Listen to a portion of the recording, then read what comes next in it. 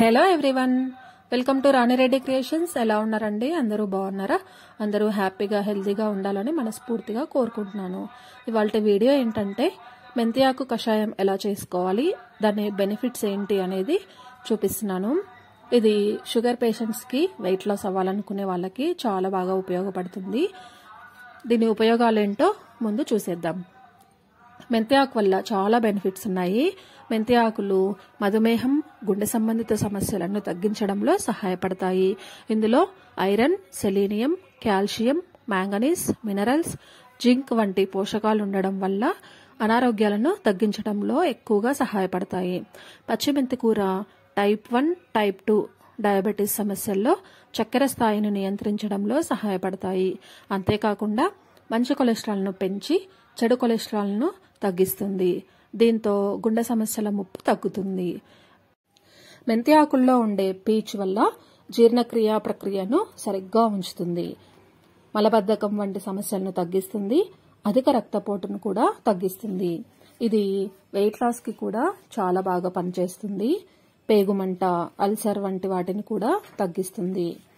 ఇప్పుడు ఈ కషాయం ఎలా చేసుకోవాలో చూపిస్తున్నాను.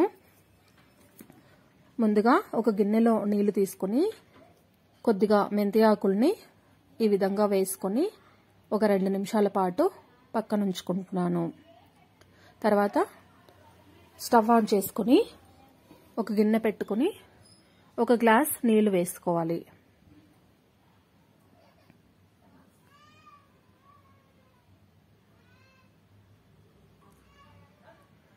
ఈ విధంగా నీళ్లు వేసుకున్న తర్వాత చూడండి, నీళ్ళు ఇలా మరుగుతున్నట్లుగా అయినప్పుడు మనం నీళ్ళల్లో వేసుకున్న మెంతి ఆకుని నీట్గా వాష్ చేసుకుని ఈ మరుగుతున్న నీళ్ళల్లో వేసుకోవాలి.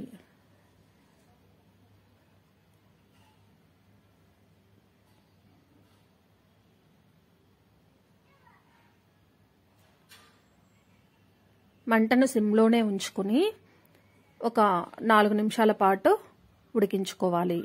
ఈ ఆకులు ఇలా పైకి తేలినట్లుగా అనిపిస్తే స్పూన్తో ఇలా కలుపుకోవాలన్నమాట, లోపలికి వెళ్ళిపోతాయి. ఈ విధంగా 4 నిమిషాల పాటు బాగా మరలించుకున్న తర్వాత స్టవ్ ఆఫ్ చేసేసుకోవాలి. ఈ కషాయాన్ని వారం రోజుల పాటు కంటిన్యూగా వాడడం వల్ల మంచి ఫలితాలు ఉంటాయి. ఈ విధంగా స్టవ్ ఆఫ్ చేసుకున్న తర్వాత మూత పెట్టుకుని ఒక 5 నిమిషాల పాటు పక్కన ఉంచుకోవాలి. 5 నిమిషాల తర్వాత చూడండి కషాయం ఇలా ఉంటుంది. దీన్ని ఒక గ్లాస్లోకి వడగట్టుకోవాలి. ఈ కషాయం రోజు ఉదయం పడిగడుపున తాగడం వల్ల ఇందాక నేను చెప్పిన బెనిఫిట్స్ అన్నీ వస్తాయన్నమాట. మెయిన్గా డయాబెటీస్ ఉన్న వాళ్ళకి చాలా బాగా యూజ్ అవుతుంది.